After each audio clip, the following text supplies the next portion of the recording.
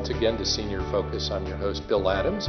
Senior Focus comes to you a couple times each month through Armstrong Channel 20, and thanks to Greg Roten from Armstrong's local community programming. Also thanks to Keith Kaiser. We're once again at the Davis Center at Mill Creek Metro Parks in Youngstown. Of course, the Metro Parks are a county-wide system, so please come out and use the park that's part of our community, and this is a real gem here at the Davis Center. We're coming to you today to talk about the study of family history or genealogy, and there's really nobody better, I think, in the area to represent the Mahoning County Genealogical Society than Stacey Adger. Oh, Welcome. well, thank you. Thank you. I know Stacey from a while back, and again, she's going to talk about how she got started in family history research, and maybe prompt some of you out there to start into it yourself. So, how long have you been doing this? I got started probably about 10 years ago, and it was a roundabout way.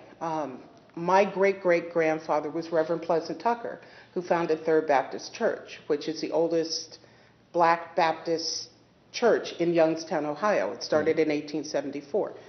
And I knew that going in because I always heard that growing up when I was going to Third. So, my mother's side of the family was interesting because I had heard that, my mother's mother died of something stomach related.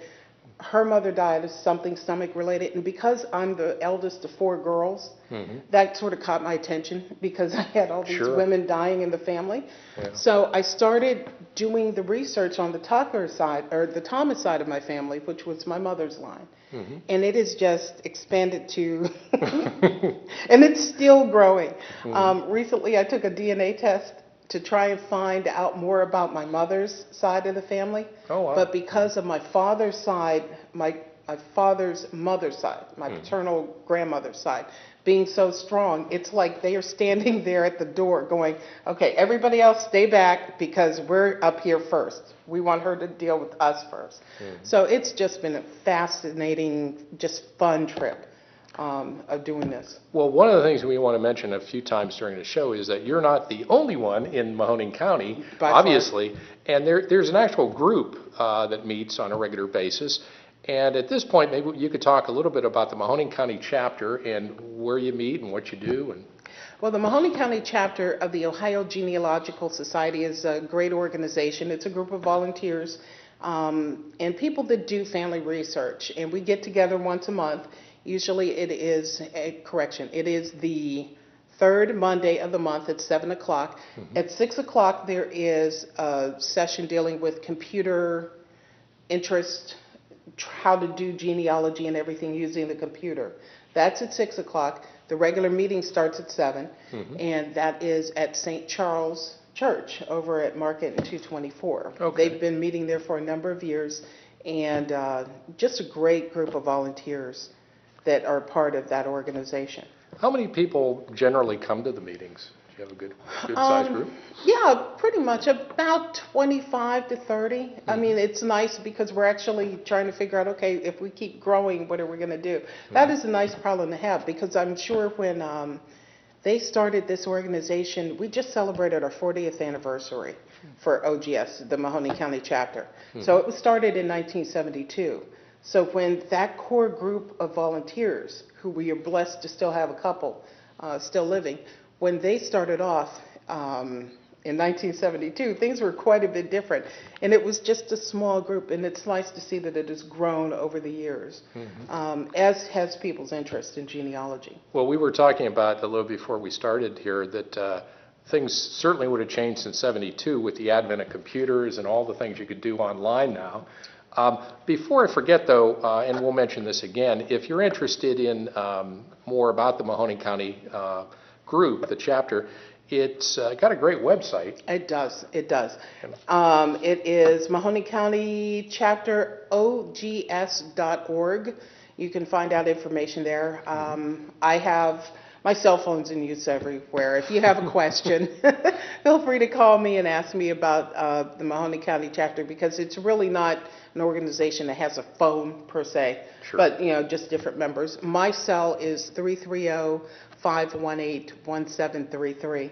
and I can answer any questions. And then also, we have a volunteer every Thursday in the afternoon from 1 until 4 who volunteers at the main branch of the Mahoning County Library. Judy Williams has been there faithfully. And then there's other volunteers that have now partnered with her that are there too. So if you have questions and you don't know how to get started, you're stuck with something, you can always go there Thursday afternoons, and they are always more than willing to help. And then we also have a couple of volunteers that are at the Mahoning County Courthouse. And what they do there is deed work, records, birth, any type of record that a courthouse would have. Those women are awesome. Georgine and Mary, they can find anything in that courthouse, and they're just awesome. So that's also Thursday, but that's more Thursday morning. And again, these are volunteer folks, so there's no fee to that. And since you brought up the library, that leads into maybe the next question would be, is that one of the places people would start? Would you suggest, or if somebody just starting the year wanted to delve into their family history, what's a good way to start? First thing to do is with all the family gatherings, and usually this is the time, maybe a couple of weeks before would have been good, but when you have family members all gathered around, that is the best time to get started. Start asking, especially the older members of the family, what do you remember? What did you do when you were little? What was Grandpa like? What was Grandma like? And see how far they can go back and just jot notes. Sometimes the older generation doesn't want to, they're not free with information, so if you have to get your paper and pencil and, jot down notes while you're talking, you may have to do that.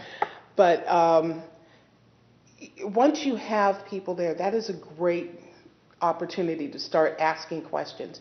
Once you get names, dates, locations, that's when you can go to the computer. It's amazing because you can even do it on some of the cell phones now because they are actually mini computers. You can go to the library and start looking, and censuses are just wonderful things to have. What is it? Ancestry.com is one of the largest organizations with records, documents, census records, and everything. There's a free site that you can do from home without having to get a subscription, and that would be familysearch.org. They don't have nearly as much, but they have an awful lot, and they keep adding information. If you've never seen a census. Well, and I'm glad you mentioned that because last year we had Tim Seaman from the library. And what was it, this 40 census, 1940, that just came out? Yes. That was last year, yeah. And it's so funny because I had somebody approach me. They wanted to find somebody that lived in Girard maybe 10, 15 years ago. And they're like, well, where's the census? And I said, well, I hate to do this. You're going to have to wait a long time because when they release census records, it's usually 72, 75 years. Right. So the next time we will see, when we see the 1950 census, it'll be now plus 70 some odd years. Right. And they do that for privacy reasons and everything. But census documents are wonderful things to have. You can go online and find this. This happens to be my Thomas side of the family, which I found in 1880 in Botetourt, Virginia. Oh. And, you go through, it's got, it's got the name of the community, the year, who actually did the census, the family names, their age, their race. And every census is different because sometimes they'll have a column where it's just the age that person is, and then other times it'll have the year. You can write in the month and year where the person's born. And then what their occupation is and everything. And this family from Botetourt is actually this couple here. These were the parents. This is my great-great-grandfather Charles and his wife Paulina Jones Thomas. And what is so fascinating about Paulina is, and it's really hard to see on this picture, but she has really funny color eyes. Oh. So she was not completely African American. And the story goes is that, and actually we've seen it, because she had, I guess, red hair. Okay. Or a tinge of red hair, and then really unusual color eyes. Mm-hmm. We just celebrated my cousin's 90th birthday, and he's got, if in his younger days his hair was this funny sandy red, but he has the most insane shade of blue-green hazel eyes that I have ever seen. And a lot of that is genetic. It comes down, through the genes. And I imagine, again, because you've been doing this for a number of years, 10 years or 15, and you meet with family, like you said, on, at the family occasions is one way to start, but you've been doing reunions, I think, too, right? Or you go to, how many reunions do you go to? Actually, I've been invited because of the research that I've done on the Adger family. There were three main groups of Adgers, Adger family slaves that I've been looking at. One was from Philadelphia, one was they all came through South Carolina, but my branch stayed in South Carolina. There was a branch that was freed that went to Philadelphia in the 1840s, and then there was another branch that remained enslaved and was taken to Louisiana. The Louisiana batch just asked me to go to their family reunion in 2013 in Shreveport. Oh. And a lot of that was because of the amount of research that I've done on their family, some of the things that they hadn't even realized and found. Is this going to be your first time with the family as a group? With that branch of the family, and see, we're still trying to figure out how and if we're related. From the standpoint of doing slave research, I'm lucky on the Adger side because I know that there was one core family that came from County Antrim, Ireland, to the United States. So I'm dealing with that core family. It's not like I'm dealing with 20 other aunts, uncles, and relatives that all came, but it was a one core family that had children and continued to expand.